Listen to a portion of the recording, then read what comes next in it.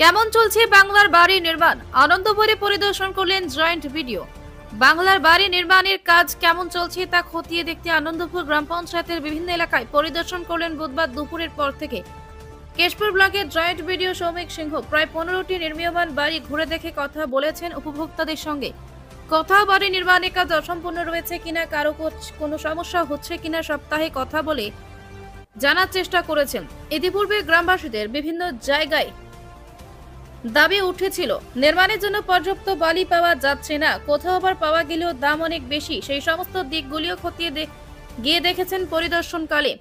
Joint video জানিয়েছেন বাংলার বাড়ি প্রকল্পের কাজ স্বাভাবিকভাবে চলছে, কারো কোনো সমস্যা নেই। আশা করা যাচ্ছে সময়ের মধ্যেই শেষ হবে নির্মাণগুলি।